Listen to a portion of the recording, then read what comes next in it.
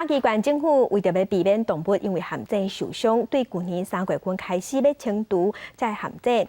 今年的时间已经拼掉250组，嘛呼吁民众有看到就要赶紧通报。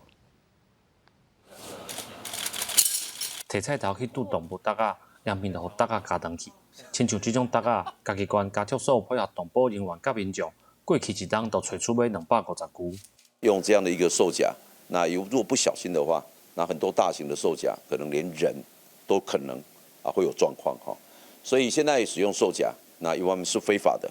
那如果去捕捉到所谓的保育类的动物啊，还有可能涉及到刑法的问题。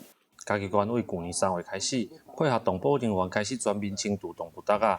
去年主动超山就查到16支山猪条，海区阁一概没收170具动物搭啊。